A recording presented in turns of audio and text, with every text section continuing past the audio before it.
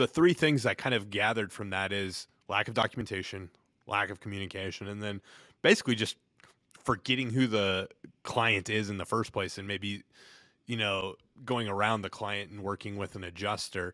So when you think of those three being the main mistakes, and we maybe like want to like evaluate the underbelly of this legal system, obviously this might sound counterintuitive, but you probably don't want all of these files coming in. You would probably prefer that the vast majority are documented well, communicated well, remember who the client is. Your time is not cheap.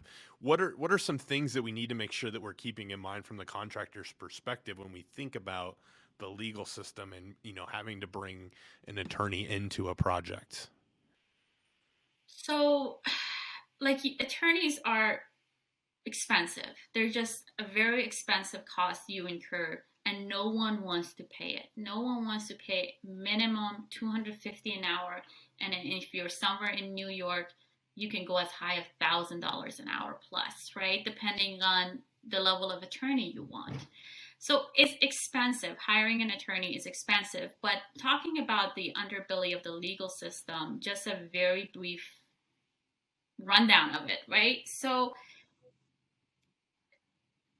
having to utilize the legal system is great, but we first have to utilize the resources that are afforded to us prior to contacting the attorney.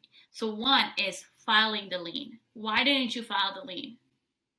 File the lien and then talk to your attorney. File the lien and then start sending your second demand letter for collection. The lien is the best tool you have in your toolbox.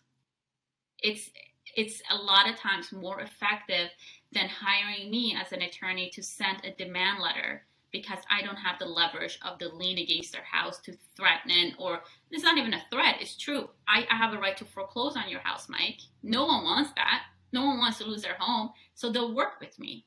The legal system is very time consuming. So from the date, if I have to file a lawsuit, from the date that I file a lawsuit to the date of trial, we're looking at least minimum a year and a half, 2 years out, minimum. So your a file after 2 years, how much is it worth?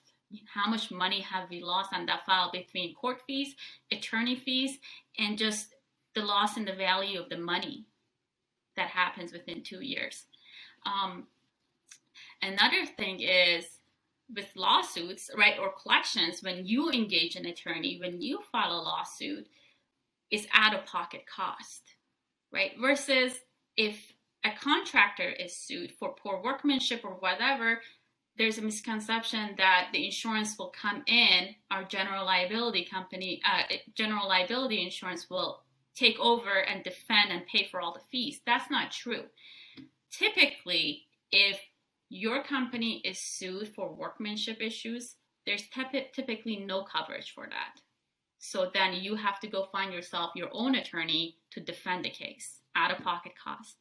There is no coverage, no insurance coverage if you want to countersue. And I'm actually dealing with a similar case here, is when the homeowner sues you first. But then you'd be like, Mike, I did my job right here. I'm going to countersue you for breaching the contract and not paying me. When you do that, that's out of pocket cost. Insurance will not cover it. Yeah.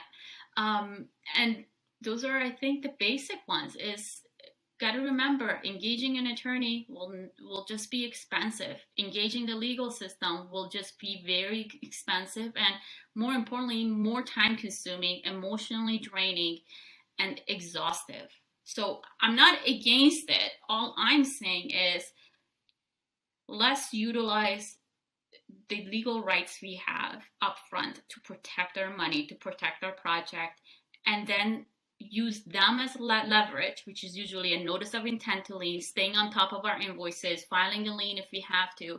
If everything fails, and sometimes it does, let's engage an attorney and see how effective that will be. Yeah, and to kind of summarize this back to the very beginning where you're talking about those common mistakes of documentation and communication, I would venture to guess that in your seat, you feel a lot more confident in taking a case that has a full arsenal of documentation, has a full arsenal of communication, has everything that I would need from the people that were actually working on the job.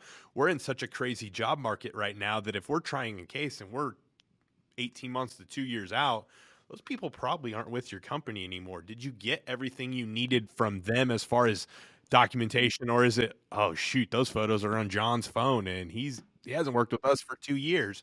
So like I would think like getting all of your ducks in a row just as a matter of practice, not assuming every file is going to go to, you know, the legal system, but hey, we need to make sure we have documentation on every job. We need to make sure that we have all of these things so that in the case that we do need to, you know, bring an attorney in, that we have a full arsenal versus, oh, we have a couple things here and good luck, Yasmin. Like, see what you can do here.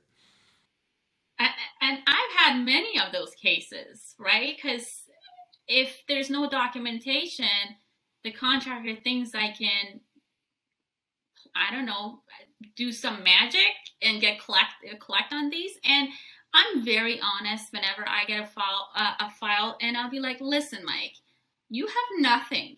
Like that's what gonna work against you. You have no change orders. You have no pictures. You have no videos. You have no documentation. John, who was a project manager, left on very bad terms. He's going to be a terrible witness to have. All the pictures are, on, like you said, on his phone. We didn't upload them. We didn't utilize CompanyCam to secure all of our project files and documentation. It's better for you to take a cut on this than move forward with it.